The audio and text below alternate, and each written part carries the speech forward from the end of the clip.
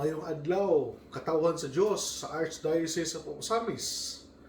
Sa ngalan sa atong talahorod na Arsobispo, Archbishop Martin Sarmiento Humuad, ug sa kahugpungan sa mga kaparian sa tibuok nga simbahan sa Osamis, kini si Father Mark Julius Casaba sa Monte, pagkahatod kaninyo sa pamalandong karong adlaw. Adlaw karon nga Huwebes, sa ikadapulog siyam nga semana sa ordinaryong panahon, Agosto 15, 2024. Ang ebanghelyo nga atong pamalandungan karong adlaw atong putloon sa ebanghelyo sumala ni San Lucas.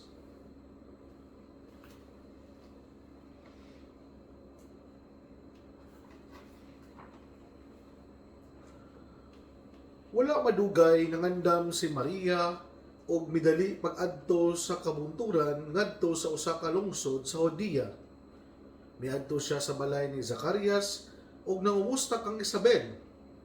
Sa pagkabati ni Isabel sa pangumusta ni Maria, milihok ang bata sulod sa iyang tiyan. Unya napuno sa Espiritu Santo si Isabel ug misulti sa makusog. Bulahan ka sa tanang babaye, bulahan ang bata ang imong ianak. Ngano kaha nga miduaw man kanako ang ginahan sa akong Ginoo? Kay pagkalungog ko gayod sa imong pangumusta, miulpot sa kalipay ang bata nga akong gisabak. Bulahan ka nga mituo nga matuman gayod ang mensahe sa Ginoo kanimo.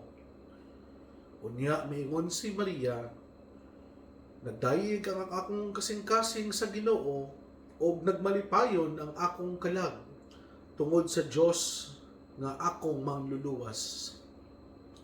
Tungod kay ninundom siya kanako nga iyang ubos nga sulugoon og sukad karon tanang tawo nga mutawag kanako bulahan tungod sa mga dakong butang nga gihimo kanako sa gamhanang Dios, bulahan ang iyang ngalan. Nagpakita siya kaluoy sa tanan nga maoy kahadlok kaniya gikan sa usa ka kaliwatan ngadto sa laing kaliwatan. Gibakyaw niya ang iyang bukton ug gamhanan ug gipatibulaag ang mga tawo nga mapahitason uban sa tanan nilang laraw. Gipukan niya ang mga hari nga gamhanan gikan sa ilang na mga trono ug gituboy ang mga mapaubsanon. Gibusog niya sa mga maayong butang ang mga gigutom ug iyang gipapahawa nga walay dala ang mga dato. Gituman niya ang iyang gisaad sa atong mga katigulangan. Mitabang siya kang Israel nga iyang sulugoon ug mahinumdumon siya sa pagpakitag kaluoy kang Abraham ug sa tanan niyang mga kaliwat hangtod sa kahangturan. Mipuyo si Maria og mga 3 ka bulan uban kang Isabel ug unya mipauli sila. Mga igsuon, ang ebanghelyo sa Ginoo. Sa makausap pa, maayong adlaw kanatong tanan sa ato ang mga viewers diha gikan sa New York, gikan sa Manila ug sa tibuok kalibutan. May adlaw hinaot pa unta nga naamo karon sa mayong panglawas ug gibubo sa Ginoo ang inyong mga intensyon o mga tinguha sa kinabuhi. Mga igsoon ko na ni Kristo, today we celebrate the Assumption of Mary. Usa kini ka dako nga piyesta sa simbahan o usa kini ka dogma. Matud pa sa usa ka istorya, nay usa ka Sunday school teacher nga maulang gyud pagkahuman niya og discuss o explain sa iyang estudyante mahitungod sa dogma or piyesta sa Assumption. So wala pa niya tapos sa ang iyang klase, nangutana siya sa iyang mga estudyante. Let all those children who want to go to heaven to see their heavenly mother raise their hands. Tuod man, tanan niyang mga estudyante may pataas og kamot. Except lang sa usa ka bata nga nanganlan og kaloy, wala may pataas yang kamot. Nangutana ang teacher ni Kaloy, "Don't you want to go to heaven, Kaloy?" Mitubag si Kaloy nga ubos ang tingog. "Dili sa ko, ma'am. Ingod man gud ako akong mama, kung man sa Sunday school, ulit na dayon ko diretso." Sunod na lang kumuadtog langit, ma'am, mananghid sa ko ni mama. Mga igsoon ko ni Kristo, siguro makapangutana kita, nga naman gipauna sa pagpasaka sa langit ang mahal nga Birhen na Maria sa tanang mga magtotoo. Ada aba sa Biblia ang maong pagtulunan? Kini usa sa mga pangutana nga siguro gusto na to nga matubag. Nayo ikaduha pangutana, ang nahitabong pagpasaka sa langit ni Maria wala man kini nasulat sa Biblia. Apan kabahin kini sa tradisyon sa simbahan sukad pa sa iyang sinugdan. Si Maria adunay talagsaong papel sa plano sa Dios. Ang labawng makagagahom naghimo og dagkong butang para kaniya. Si Maria bulahan sa mga babayi nga tanan tungod kay gipili siya sa Dios nga mahimong inahan sa iyang bugtong anak. Tungod kay si Maria inahan sa Dios, angay lamang nga dili na siya pakulaton sa kinabuhing dayon nga gisaad sa tanan nga mahigugma ug mosunod kay Jesus. Mga igsoon ko ni Kristo, tugutin niyo ako nga muhatag og English nga version og mga suporta na dokumento to according to Pope Pius XII gave 4 theological reasons to support the dogma of Mary's Assumption. So, naiupat ka theological reasons nga ngano kitang mga magtotoo, kailangan kitang mutuo, kailangan kita nga musuporta o we should be totally convinced the dogma of Mary's Assumption according to Pope Pius XII. First, the generation or the decay of the body after death is the result of original sin. Na maudi nga madugta ang lawas sa usa ka tawong namatay tungod dahil kini sa sala, or to be more specific, because of the original sin. So, however, since through a special intervention of God, Mary was born without original sin, it is not proper that God would permit her body to degenerate in the tomb. Si Maria, naamang siya espesyal nga papel sa kasaysayan sa atong kaluwasan, bantog nga naa po siya espesyal kung unsa ang pamaagi sa pagpasaka kaniya ngadto sa langit. Maobitaw nga ang term is assume. Wala siya minsaka in her own, kundi gipasaka siya. So, since Mary was given the fullness of grace, ang ikaduha, Mary was given the fullness of grace, heaven is the proper place for the sinless mother of Jesus. So, matod pa ni Pope Pius XII, kasi Maria lagi, gipanamkon nga walay sala, Immaculate Conception. So, the proper place for the sinless mother of Jesus is heaven. Muna, ikaduha. Ikatulo, that Mary was our co-redeemer or fellow redeemer with Christ in a unique sense. So, her rightful place is with Christ our Redeemer in heavenly glory. So the term co-redeemer or co-redemptrix, or means cooperator with the Redeemer, this is what St. Paul meant that when he said, we are God's co-workers. In 1 Corinthians chapter 3 verse 9, since it is fitting that she should be given the full effects of the redemption, which is the glorification of the soul and the body.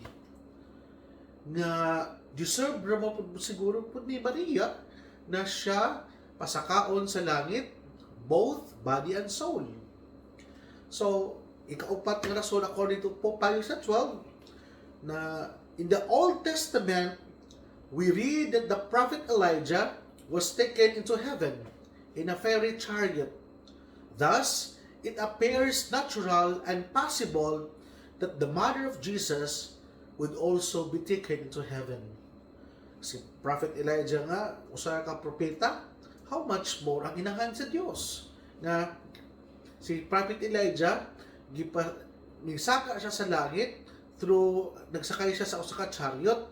Unsa pa kaha ang inahan sa Dios nga sa talagsaon o espesyal nga pamaagi sa pagpasaka kaniya ngadto sa langit para makauban ang iyang anak. Kana mga igsoon. Karon mga igsoon ko ni Kristo.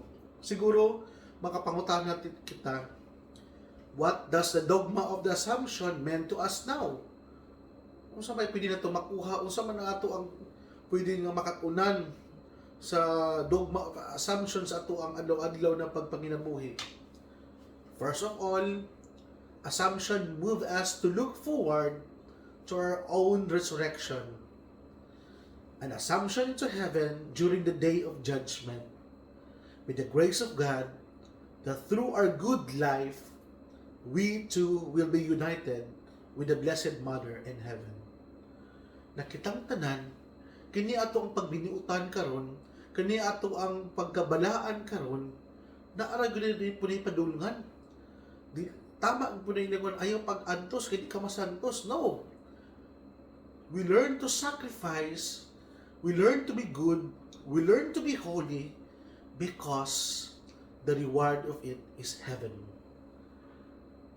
Mga igsoon ko ni Kristo, hinaot pa unta na sa ato ang adlaw-adlaw na pagpanginabuhi aning kalibutan na dili ta makipagkumpit kung unsa atong mga naabot, dili ta makipagkumpit kung unsa ang ato ang naa kanato, kundi ang mga tao unta karong panahon na makipagkumpit sa pagkabalaan, makipagkumpit sa pagkabuutan, makipagkumpit sa pagbuhat og maayo ngadto sa uban. Pagkaninduta kayo, no? Naganabitang ang competition sa matag usa, unsaon nato pagbuhat og maayo sa atong kaingon, unsaon nato og pagbuhat og mga maayong butang sa aning kalibutana, ug unsaon nato kung kinsa gyud ang mas balaan. Ninduta kayo kung mao na ang aim and objective ug mindset sa matag usa, ninduta kayo sa kalibutan puy-an. Moreover, the dogma encourages us to emulate Mary's self-sacrificing love, her unwavering faith, and her complete surrender to the will of God. Muabitaw na Mary's Assumption was a reward for her that the holy life, that we will receive the same glory if we follow her examples. So mga igsoon ko ni Kristo, naagiday po'y padulngan ang tanan. Nagsakripisyo ka karon, nagbinuutan ka karon, padayon lang. Wala man siguro na-appreciate sa uban, wala man siguro kang nakadawat og reward or plaque o appreciation sa imuhang pagkabalaan, wala man siguro kang gidayig sa mga tao nagpalibot nimo, pero kining tanan, kung kita musuon sama ni Birhen Maria, ang langit nagulat na kanato.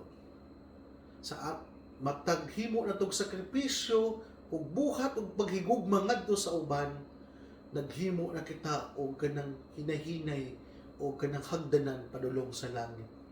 Pagkanindot, the Assumption serves us as an inspiration that in times of temptation, in times of despair, to remind us that we have a loving mother constantly interceding for us before His Son, Jesus in heaven. Na ang the Assumption of Mary, usa ka konkretong pamaagi o pahinumdum kanato na kita dili permanente aning kalibutan, that we all of us are bound for heaven. Busa, atong timan-an kanunay na samtang buhi patakaron, dili ta kayo unta mag-invest aning kalibutana, kundi mag-invest po da sa mga butang nga langit nun, kay kining mga butang nga maghatag nato o mahimong ticket nato padulong sa langit, dili nato lisod ang pagsulod sa gingharian sa Dios. Ang tanan, dili siya dole out. Ang pagsulod sa langit, dili siya ingon na murag basta-basta na lang makaadto ka dito. dapat mag-effort pud ta, dapat paghimo pud tag extra nga pamaagi nga mahimo pud tag deserving sa mata sa Dios na kita pasudlon sa iyang gingharian. Nga matud pa sama ni Birhen Maria na gipatay niya ang iyang kagulingong gusto para mabuhi ang gusto sa Dios. Pangutan na imo kagulingon. Unsa man ang imong andam nga patyon diha sa imong pagkaikaw, sa imong pagkatao para musibol ug mabuhi pod ang plano sa Dios diha sa imong kinabuhi. Sama sa kong gingon, kitang tanan naatay mga kagulingong gusto o plano, pero at the end of the day mas mapatigbabaw paghihapon ang plano o gusto sa Dios. Mga igsoon, dinhin na lang kukutob, ayaw kalimot ang pulong sa Dios, ang ngayon gayud nga pamation, pamanandungan o paningkamutan nga mapuy-an. Kulahan ng tao nga naningkamot pagpuyo sa pulong sa pulong ni Jesus. Sama siya sa usa ka kahoy nga gitanom, daplin sa sapa kansang mga dahon dili gayud malaya og timpo sa timbunga, buhatag siya maayong mga bunga. Igsoon, ugma na usab uban sa pangama sa pamahalan nga Birhen Maria, nga atong gitawag nga misamisnon ug Birhen sa kuta. Ang Dios magpanalangin unta kanimo sa ngalan sa Amahan ug sa Anak ug sa Espiritu Santo. Amen.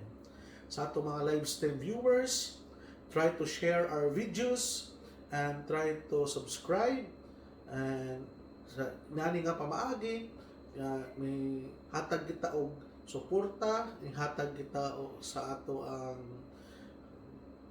kadasig sa DXTD na mo'y nag-broadcast sa ato ang pamanandong karon adlaw. Tatanang mga naminaw, daghang salamat o God bless.